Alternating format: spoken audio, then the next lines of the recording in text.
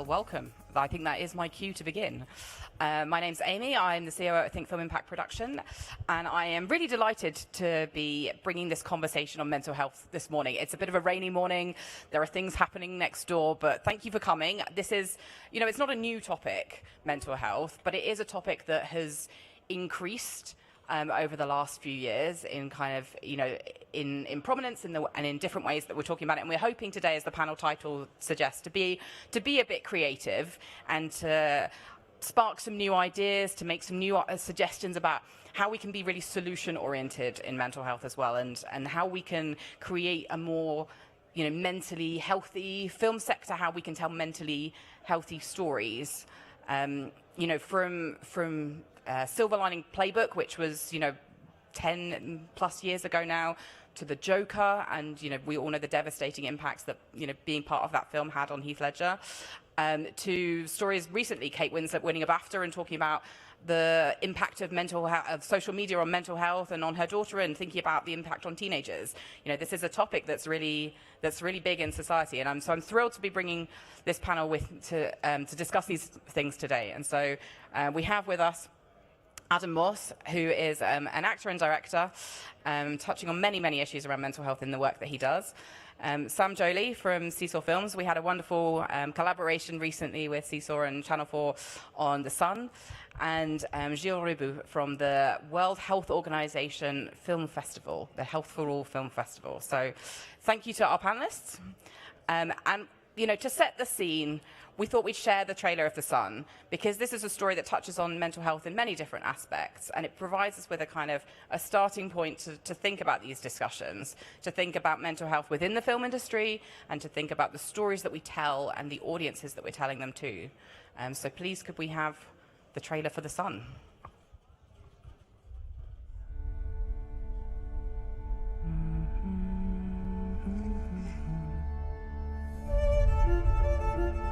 What are you doing here? Nicholas hasn't been to school in almost a month. I wanted to ask, how are you? Has something happened? You realize the school is talking about expelling you. Can I live with you? You said you don't feel very close to people your age. Your other son, he needs you as well. And you were at work all of the time. Has he been able to talk about the divorce? I've tried to be there for you. I've tried to give you strength. What's going on? Are you on drugs? You think you can just live your life doing whatever you feel like? I don't know what's happening to me. I feel like a complete failure. I wasn't there for him. There used to be so much joy in our family. You give these big speeches about life, and then you abandon us. I have the right to reinvent my life!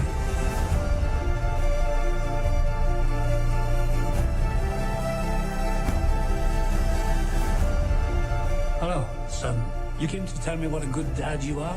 What do you want? Applause?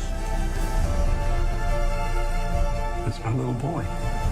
I can't give up on him.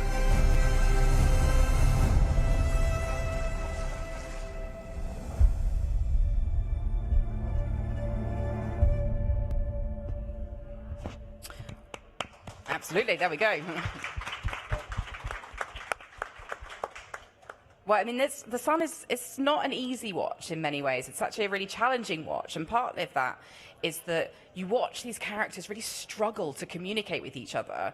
And rather than having deep, honest, open conversations always about their feelings, actually a lot of it is bottled up, and you want to come in as an audience member and just sort things out, because you can see from externally that they can't talk to each other so well. I'm going to come back to the story more, but tell me, Sam, it would be great to hear a little bit more about the process of making the film, because there were so many things that I know that you put in place around the production in order to help the cast and to help the crew that were involved in this story. That's it's very heavy and intense at times. So what was put in place, and what came out of that was really useful or positive? Yes, so we have well, we put in place about 2 years ago a mental health and wellness policy at our company, SeeSaw Films, for our corporate staff, but we also have that for our productions as well. So we have a mental health and wellness policy that goes out to everyone, which has resources and also information, because we realised when we were putting it together that actually we need to take a step back and realise that a lot of people don't really know the language to talk about mental health, and actually that's one of the barriers to talking about it. So we put a lot of that into the document as well. And also on all of our productions, we prepay for counselling sessions for the cast and crew to have available throughout production, post-production, and into release of the film as well. So we signpost to that regularly. It's on every call sheet. We also signpost to the Film and TV charity in the UK, which also has free counselling services, legal advice services, bullying and harassment services. They also have a whole picture toolkit which can help other productions who don't have their own policies in place to put those in place across the production.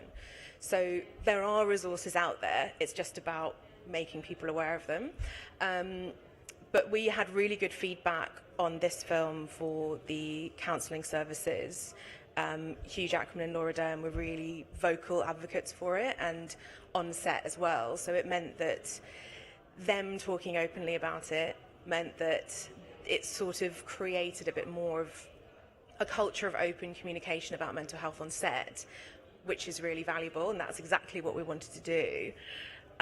So we have that standard policy across all productions, but also specifically where we are dealing with projects that have more delicate themes, like particularly with this film around depression and self-harm and suicide. So we have to then think about what additional policies we put in place for those productions specifically. So we had additional suicide awareness and prevention training that was made available and encouraged that at least all heads of department took part in, just to sort of, again, help with the education of everyone around these mental health issues. And yes, so all of that counselling was available throughout production, post-production and release, because you can put it all in place during the filming, but you also have to make sure that people are supported when it's coming out, especially with the cast, because they're then having to go and do press about this and talk about it. So we also had media training in place specifically around how to talk about mental health and the terminology, because again, that's another barrier, is just people not knowing the right way to talk about specifically, especially depression. Using the wrong words can feel like it's a real barrier to even talking about it in the first place. And all of our cast and our director and producers were fantastic in being able to talk about it. And we also put together a discussion guide. I'm just talking, sorry. No, I think this is a great example of different types of tools and things that can be in place. It was very considered because it is a very important and delicate topic to talk about and to show. And I can speak to the sort of the production and the release of the film, less so the development, but obviously there was a lot that went into the development of the scripts and talking to people about what to say, what not to say, what not to show specifically in the film. But for the release of the film, we also put together discussion guides for audiences to give them more information about the mental health topics covered, and if they were suffering from these things, but also for people who may realise through watching the film that behaviour, it might be affecting people that they know and love and in their friends and family, resources for them to be able to help the people in their circle. And we also work with you guys on impACT screenings in Brussels and London, which included policymakers, from WHO and the UN, and also charities like the Samaritans and the Wellcome Trust in the UK, to try and sort of create a conversation around the film about youth mental health specifically, and trying to sort of push forward education in like emotional learning at schools and things, because you know you have to learn how to talk about mental health as soon as possible. Basically, I'm going to stop talking now. Well, I feel like you've given us a really thorough, from beginning to end, this was the journey of the sun, and that's, yeah, we were really pleased to partner together on the impACT for that, and it was a really important moment to bring stakeholders together, because also, you know, we did a lot of work thinking about how having the expert voices around the film really helped inform the press as well, and their responses to the film in certain different ways. But I think the sun I hesitate to say, but it's almost an exception. Particularly in the extent to which mental health was so front and center in every aspect of the production and all of the strategy and planning around the distribution as well. I'm going to turn here to Adam. And, you know, the creative industries, as Sam talks about, it can feel really pressured. You can feel like you don't know what to say, and therefore you don't want to say anything. You might feel pressure to always be on, to always be creating something, to always be moving to the next production, the next thing, the next thing. And so, you know, while in the sun, mental health was a priority, and very rightly so also because the story itself was about mental health, like, what's your experience of that in a broader industry sense? You know, if we think about priorities in the industry and we think about, you know, we've got a budget to keep to, we've got a schedule to keep to, we've got a very tight shooting schedule, we have to work long days because we've only got this window of opportunity, it has to be shot now or we lose the light, we lose the season, whatever it is. How does mental health fit as a priority when we have all of these other competing demands? Yeah.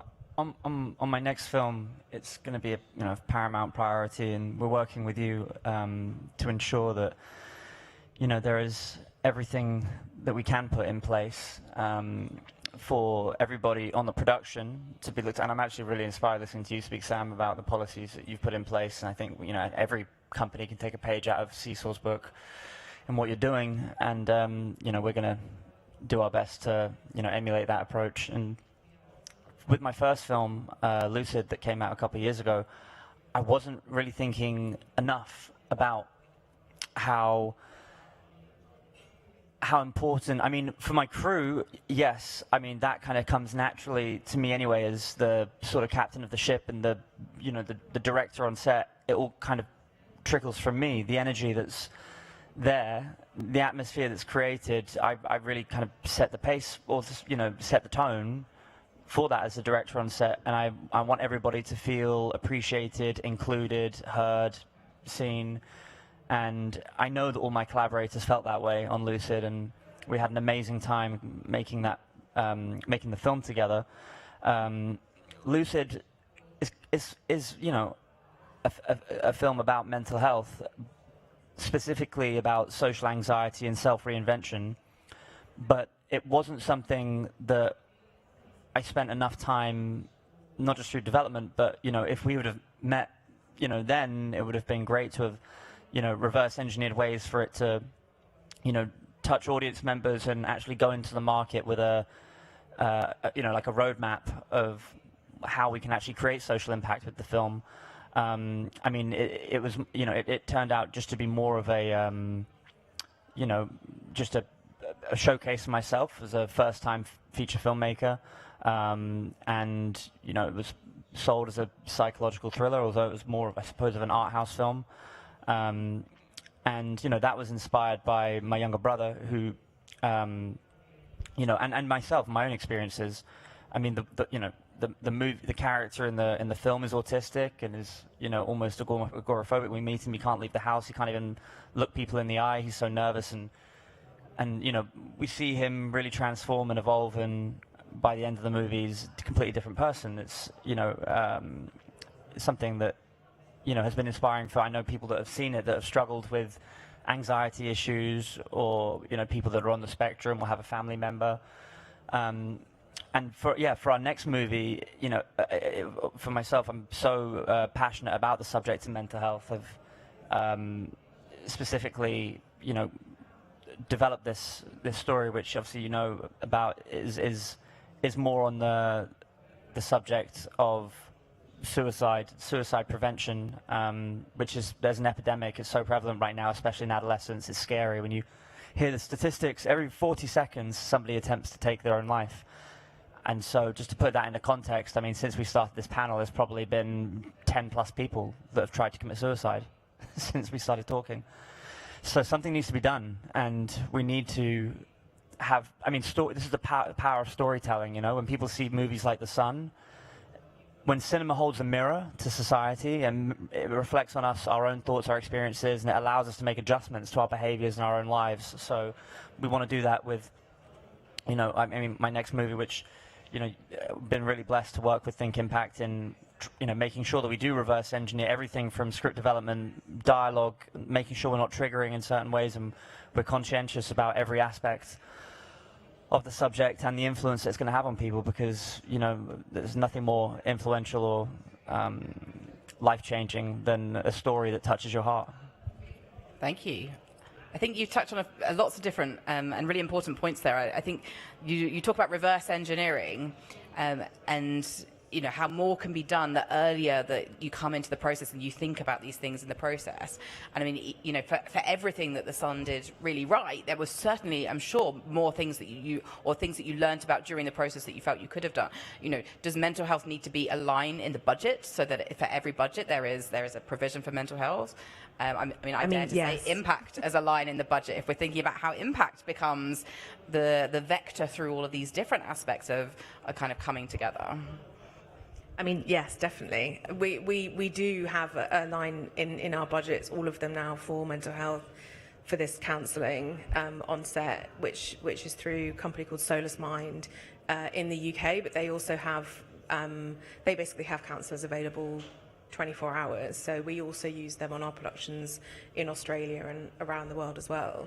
But yes, you're right. You know, the earlier you can start thinking about the impact side of it, the better. And you know, that's part of what my job is at the company, is to try and get in early doors to start thinking about that stuff, so that we can be just as prepared as possible. But yes, you're right. You know, there's in a film like The Sun, it's you can't get everything right. And also there's a lot which is very subjective and personal to people. So it's just about being as careful and caring as possible around all of those aspects, so that it's not just about trying to do the right thing. It's about safeguarding is really important, and that's where where it comes into the development side of it as well, in that, as I was saying before, you know, the terminology that's used, what is shown and what isn't shown on screen is very important. We know that from research. There's a lot of media guides that a lot of mental health charities have, but specifically the Samaritans, about suicide and self-harm, and what is important not to show on screen, because, you know, it can cause copycat behavior, basically. So there is a lot of information out there if you look at it, but also you can have advisors on the script stage from charities when it is something that important. Well, I think there is a great point to bring Gilles into this conversation, because we talk about information, we talk about being prepared, and that's exactly what the World Health Organization can bring to this point. And so, I mean, Gilles, I think perhaps tell us a little bit about the film festival that you have, and tell us a little bit about how, you know, Sam talks about bringing experts around the film, how WHO kind of, you know, does this and can do this for productions. Yes, thank you for inviting me and to speak about WHO and our, you know, our specialty in World Health Organization is to produce this kind of report. The World Mental Health Report this one was released last year, and you know, it's a big series of data.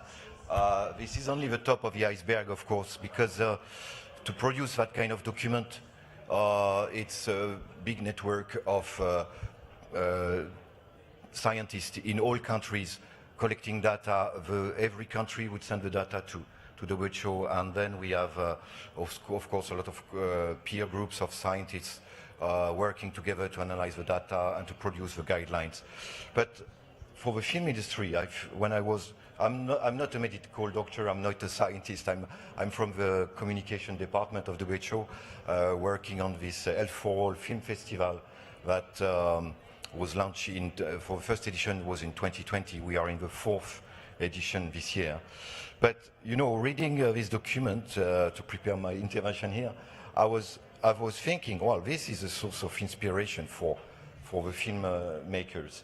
There are so many, it's full of personal testimonies as well to illustrate the guidelines and the theory of what should be done in mental health care and the determinants of mental health. For instance, you spoke a lot about suicide to both of you right now, but it's important to know that there are 1 in 8 persons with a mental health condition in the world. So it's, according to this report, it's 970 million people with a mental health condition. And I took note, a few notes here, like depression is 280 million people. Anxiety is 300 million people. So these two conditions are more than half of the total. But we have still a lot of other mental health issues. I think, for instance, The Father, that was also produced by Florian Zeller, is about Alzheimer. We have, and the film industry has, I know a very famous film also from Annecy Film Festival about Alzheimer, which was an animation film, Memorable. It's named Memorable. It's also very good vision of, but we are going to speak about storytelling in the second part. But to speak about what the WHO could bring in the film industry, I think you spoke about the conditions of production. So that relates to occupational health, and WHO has some experts working on occupational health, and I think you named a number of ways to manage that, especially when you make a film about mental health. It could be even more needed to have some advice on stage on the shooting with the crew.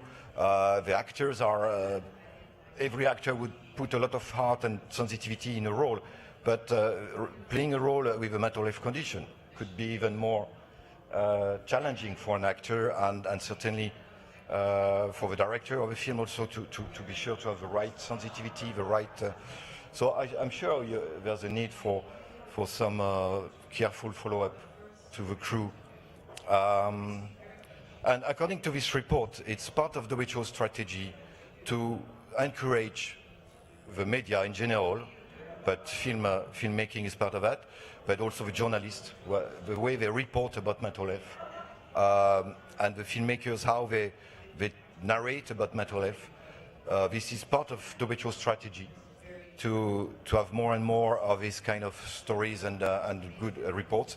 But, and maybe we'll speak about that at the second part, there are conditions for the WHO in terms of how to say the things, how to show the things. And we'll develop that, I hope, in the debate, but there's a big responsibility of filmmakers to make sure they could convey the topics in a way which could be positive and help the people to recover. Because in an audience, since we know we have 1 in 8 person in the world with mental health condition, it means in the audience of a movie theater, we have 1 in 8. We imagine 800 person in a movie theater, 100 person could have a mental health condition, and when they watch a film, they would certainly be affected by some scenes. So that's why it's sensitive and delicate to speak about that. Well, you mentioned just before the panel that WHO is 75 years old, and this is Cannes is now just 76 years old, and so the two are coming together for the first time. It's the first time that WHO really has, and the film festival is a new initiative. So we're embarking on a kind of a new era for mental health in the film sector and in the public health sector, kind of coming together. And I think that's a great space to play the video. We've got a special message that Gilles has brought us from Sharon Stone, who is a WHO ambassador and jury member on the film festival, and sharing some of the stories that they have that have been brought to light through the film festival. So please, can we play the second video? This year, there were an extreme lean in these documentaries towards the subject of mental health. It was so clear that the consideration was made because 1 in 8 persons in the world is living with a mental health condition. I think that we have seen through our own personal conditions, from the COVID crisis and moving forward, now we have had much more intimate contact with ourselves and others. We've experienced a crisis together as a world. And we understand that with 1 in 8 persons having a mental health crisis, that we all know someone having a mental health crisis. And we have to start talking about what that means in terms of insurance, in terms of discussing it as a common thing. And what I think is that we have to look at how powerful movies can become for raising awareness about mental health conditions, which are increasing around the world according to the World Health Organization. We have to look about how important universal health coverage is. It is critical for these people in need. So we have to look not only to the health sector to work on this, but it requires a multi-sectional approach in terms of prevention and promotion. And why not having the domain of artistic creation, entertainment, both feature and documentary film production, easy for me to say, but not hard for us to do. Why not have the artistic endeavors of our film community, our television community, our documentary people, our feature film people, and certainly our international television community involved to deliver the appropriate message and, more importantly, the global cultural references, that this is not a personal problem. This is not a problem to be ashamed of. This is a problem that 1 in 8 people, got it, around the globe. That's someone in your family. It's your friend. It's your coworker. We need this help. Let's give it in our film community. I'm Sharon Stone. I work for the World Health Organization as a juror on these films. Thank you for your consideration. Well, what Sharon really brings home to us is the need to talk about mental health first and foremost, because unless we acknowledge a problem and we talk about it, then we can't address it. And even today, mental health still is a stigma attached to it. And, you know, one of the challenges that we had with The Sun was that we couldn't run a campaign talking about suicide on a film that was fundamentally about suicide. And this, this is parts of the industry challenging how we can talk about these really difficult subjects. And actually there, Sam, I'd like to come to your expertise really in terms of marketing. You're an expert in how to market films to an audience, but we almost need to market to our own colleagues why this is such an important issue, why it should be included in the budget, why we need to tell stories about mental health. From your expertise then in thinking about kind of external film marketing, how can we kind of use those same strategies to convince and to persuade and to influence the people that are here in Cannes and our colleagues in the sector? Yes, I mean, I liked what Sharon was saying about it's not a personal problem. It's a global problem. Mental health. It's the difficulty within the industry and with most industries is that there isn't an industry standard around mental health protection, and there should be. So at the moment, it really relies on people passionate about it who are advocating for it. So from my point of view, I'll come on panels and talk about it, and I'll post as much as I can on social media personally.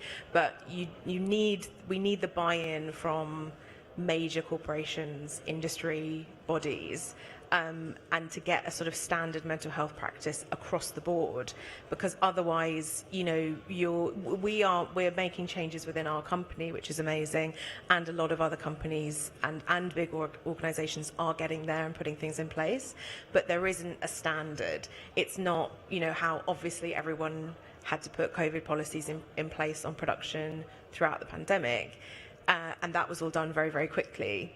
This mental health is a global crisis and it is urgent, but obviously it doesn't have the same kind of immediate change as something like COVID did. But that's what we need. We need an industry standard across the board where we have mental health training for everyone, but especially HR and mental health training for heads of department, because this industry is seen as very sort of you have your production and you've got your team, but that's only for a limited amount of time, and then people go off and do everything else. But there is a responsibility. Those film crews are hundreds of people, and if you had that many people in an organisation, you would have proper structures in place, proper HR practices. And it sounds boring to be like, there should be more HR in film production, but you need that kind of hierarchical organizational structure in order to protect people, because the more people are educated, trained, prepared, the more they're able to talk about things with the people in their team, and then the people in the team are able to talk about it more openly with everyone else, and it becomes a culture where mental health is talked about. It's not a stigma, it's not a personal problem, it's for everybody to help and communicate with each other. So it's hard, because at the moment, yes, I'm really banging the drum about it, and I know that a lot of people are, but we're slowly getting there, that more big organisations are putting these. Apple, for example, are doing a lot, and I know Sky and a lot of other companies, big companies in the UK are, but it needs to be a global thing. Yeah, as you say, it's not joined up. And it's interesting that you talk about culture there as well. Culture's really shifted, that we now have intimacy coordinators on set, and that's just now seen as an industry standard. BAFTA have Albert, their green production certification. Do we need all of this? Do we need a mental health certification? Do we need another certification, or do we need something that's more holistic? A kind of the impACT certification, where it's all of these things are wrapped up in how it can come together. Yeah, the problem is that if you don't have to have a certificate, then it isn't a necessity. So it is something that everyone's extremely busy. There's a lot of problems and things to deal with constantly on a day-to-day basis. So it isn't necessarily front of mind unless you have someone passionate and advocating it for it on the production. So it is sort of, you do have to have something that is official. You have to tick this box in order to get this certificate. Otherwise, it's not an essential item on the set. And I think the other point there is in terms of the evidence base to get to that point. And this, again, bringing Gilles into the conversation here, in terms of, you have all of this research at the WHO, but how much is this research really understood or applied, in the film sector and in others? And, are there gaps there that need to be filled? There was a report recently, there was a 2-year project that concluded that we need research to produce a business case for mental health increasing creativity and productivity. And we are, as producers, you do get down to the bottom line as well, and where is this, sitting in the budget, where is this financially, and how can WHO kind of help with producing that evidence base to justify this as it's seen as another on top of what is already, can already be a very packed agenda. Yeah, big question, very interesting question. Maybe to answer that, I would give a bit of feedback on the Health for All Film Festival, because as you saw in the message from Sharon Stone, the illustration was showing a number of titles, 23 in fact, short films we have selected this year on mental health, and we used also the Mental Health Film Prize, which we gave in 2020 for the first edition. And in addition to this entries we selected on mental health, we have had also a number of stories about artistic approaches for the well-being of patients, or for the well-being of people in general.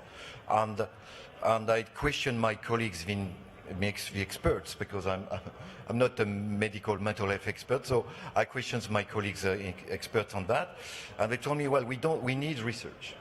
We need more research about artistic creation in general, but the filmmaking is one, and how films, whether the process of creation of films or the fact to watch a film could participate in better care or better well-being of people. I'm cautious not to say better treatment, because it's really far from being sure that artistic creation can be part of a treatment. But certainly we have received stories in our film festival showing that. So it's not a scientific research, it's only different stories from the world. But there's a need, and my colleague told me that, for high quality research on such issues, how the film can really bring more better result in taking care of patients and their families, because the close caregivers are very important. For WHO, it's also very important to speak about, to give a voice to the peers, the people who have recovered from mental health, and so that they would be advisors, but also help to develop this maybe this research, be part of it. In fact, there's a slogan in the WHO in a campaign which is nothing for us without us. So meaning that all mental health patients should be always part of any action we do about these diseases. So whether it's a film, whether it's a research, whether it's action at school for teenagers to be better aware, and different multi-sectoral actions like occupational health you mentioned. So research is needed.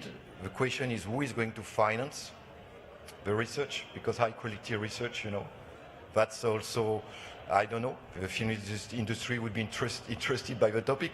Maybe they have means to raise funds, and funding the research is another challenge.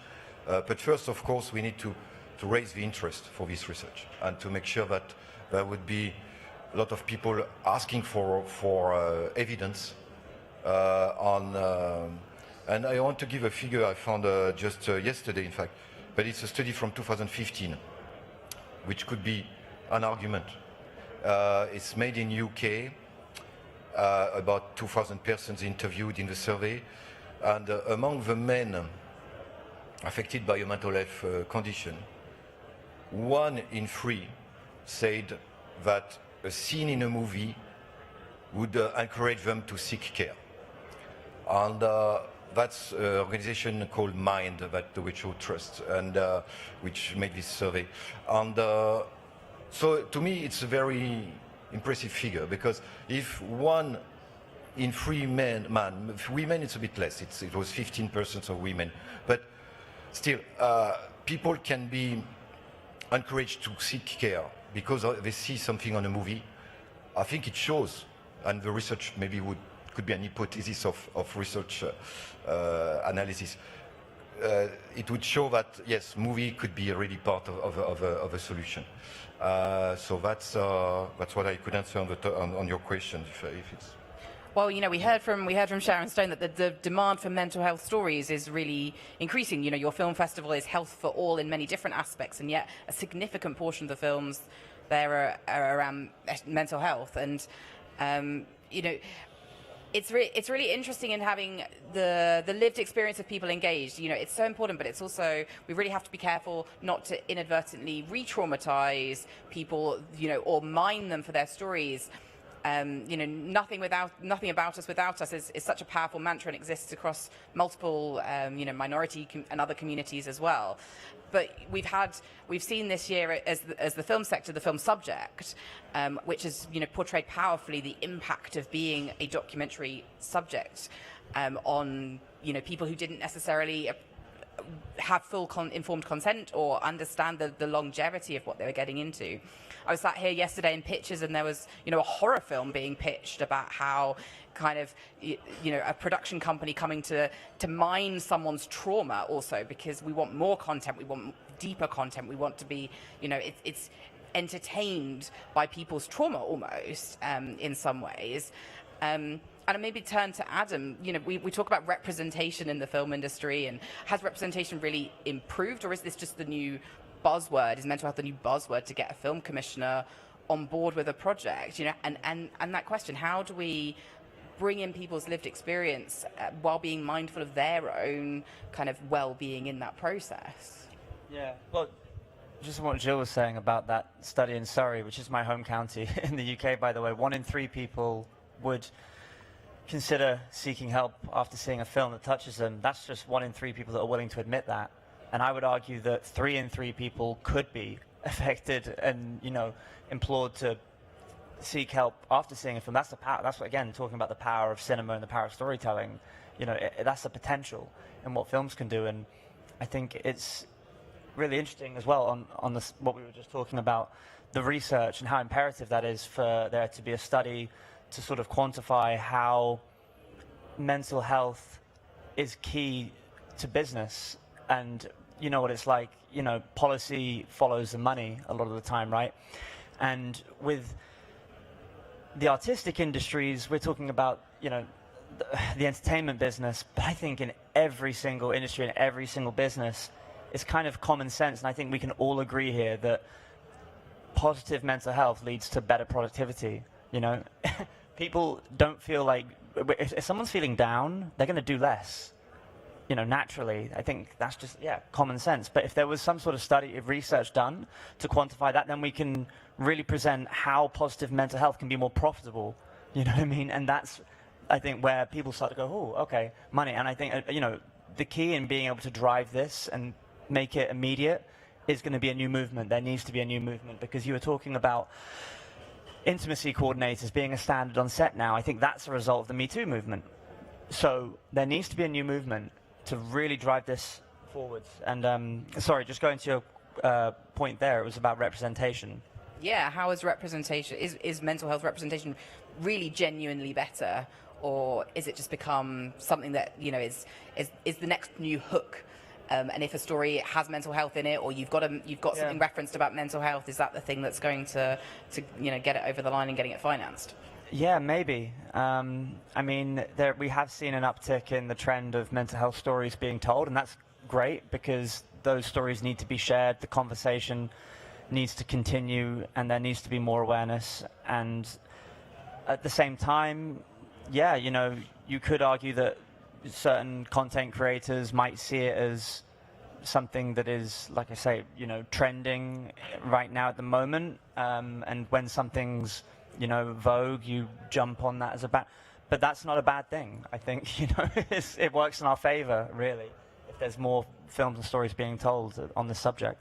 I can see Gilles wanting to leap in here.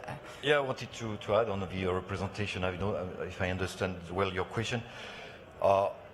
It's very important in the recommendations that we give in the WHO that to be careful about stereotypes. So I don't know if when you speak, you ask about representation. For me, it calls which image we show, how the actor should play.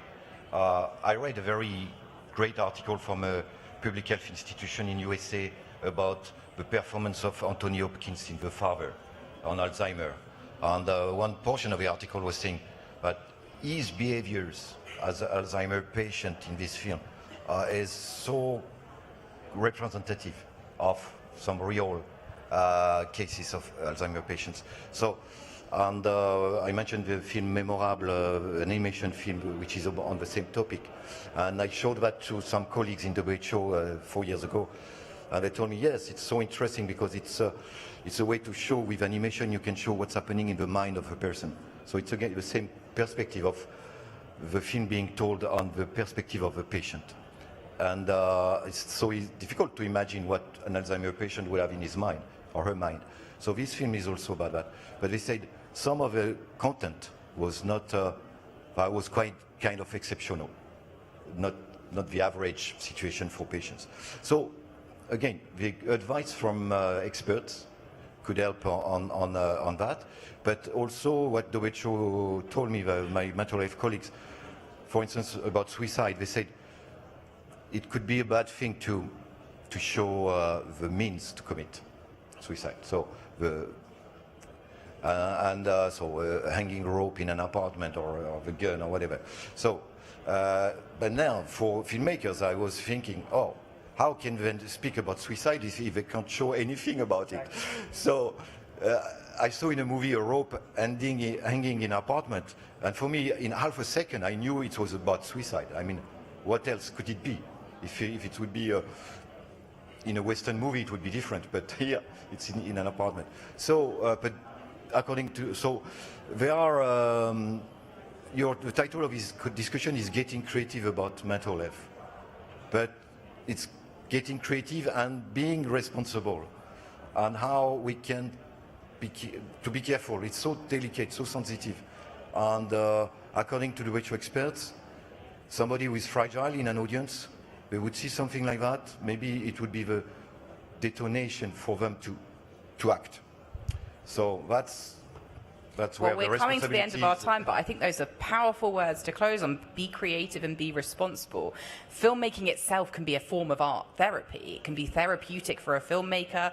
In documentary, it can help people work through their own trauma. There was a film last year that was selected for Acid at Cannes, How to Save a Dead Friend, which was, the entirely a kind of therapeutic process for the filmmaker.